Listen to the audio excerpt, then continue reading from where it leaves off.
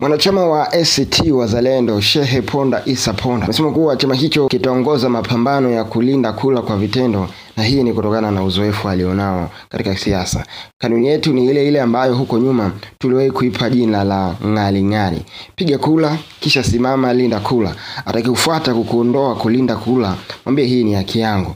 Tutawaongozeni sisi kwenye mapambano ya kulinda kula, tutakuwa mstari wa mbele. Si mnatujua sisi sio watu wa maneno matupu. Tukisema tunaandamana, tunaandamana. Tukisema tunapiga kula na kulinda kula, tunalinda kula. Baada ya kujiunga na chama Shehe Ponda Issa Ponda amefanya mkutano miwili ya hadhara, huku aliofanya Manzese Baklesa Ubongo Dar es Salaam, mkutano ukiwa ni mkutano wa pili. Hizi kauli zinatokana ni ajenda zao ambazo ACT Wazalendo walikuja nazo, ambazo zilikuwepo 6.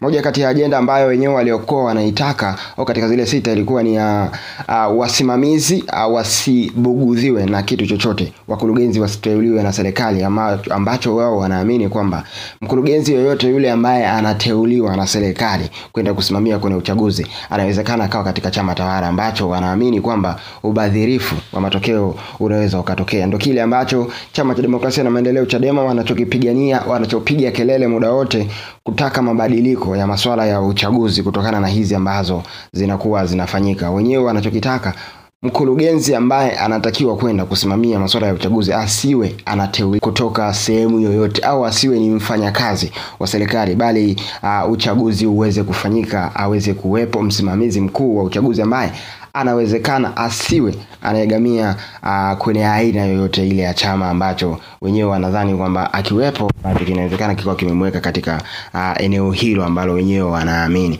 Na jambo la pili ambalo ACT Wazalendo walilokuwa wanalolihitaji ni kutokuwepo na vitisho kwa wasimamizi, wakimaanisha kwamba hawakatai kuwepo kwa masuala ya usalama wakati wa upigaji kura, kwa sababu kunatokea masuala ya vurugu zisizokuwa na msingi. Lakini wenyewe wanaamini kwamba uchaguzi ukiwa wa uhuru na haki, mambo yote ya ugomvi ya kutishiana amani yanawezekana. Maana wenyewe wanakitaka hicho ili makusudi kwamba uchaguzi ambao unaenda kufanyika mwezi huu wa 10 mwaka 2025 inawezekana ukawa ni uchaguzi ambao wa amani na utulivu. Ndio hicho ambacho wenyewe wanachokitaka. Ni moja kati ya vigezo ambavyo ACT Wazalendo walivisema kupitia mkutano wao mkuu ambao waliufanya. Ni tofauti na vile ambavyo Chama cha Demokrasia na Maendeleo Chadema wanavyovitaka. Wenyewe wanataka kwamba mabadiliko yasipofanyika, basi wao kama ngome kuu ya upinzani nchini Tanzania inawezekana isishiriki uchaguzi, bali wanatafuta maoni, wafikishe takriban maoni milioni 15 ya Watanzania ambao watakuwa wanaunga kauli mbiu yao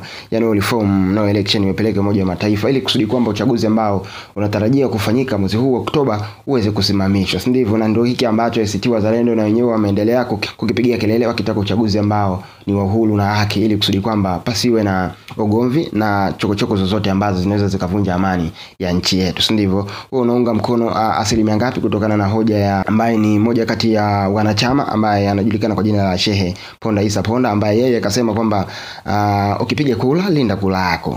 Yeyote yule ambaye atakufuata aweze kukutoa pale unapolinda kula, mwambie hii ni haki yangu. Na wakileta chokochoko, basi ACT Wazalendo watakuwa mstari wa mbele kuwapigania haki wa Tanzania ambayo watu wengi wanaitaka kwa muda mrefu. Ndivyo. Uja subscribe channel yetu ambayo TV ni YouTube, basi make sure unafanya hivyo ili kwanza kupata habari na matukio ambayo sisi tunakuwa tunaweka ndani. Lakini pia usisahau kutufollow kuna ukurasa wetu wa Instagram tunatumia kama ambayo TV. Lakini pia usisahau kumfollow Mr. Info JBZ kuna ukurasa wake wa Instagram anatumia kama hivyo.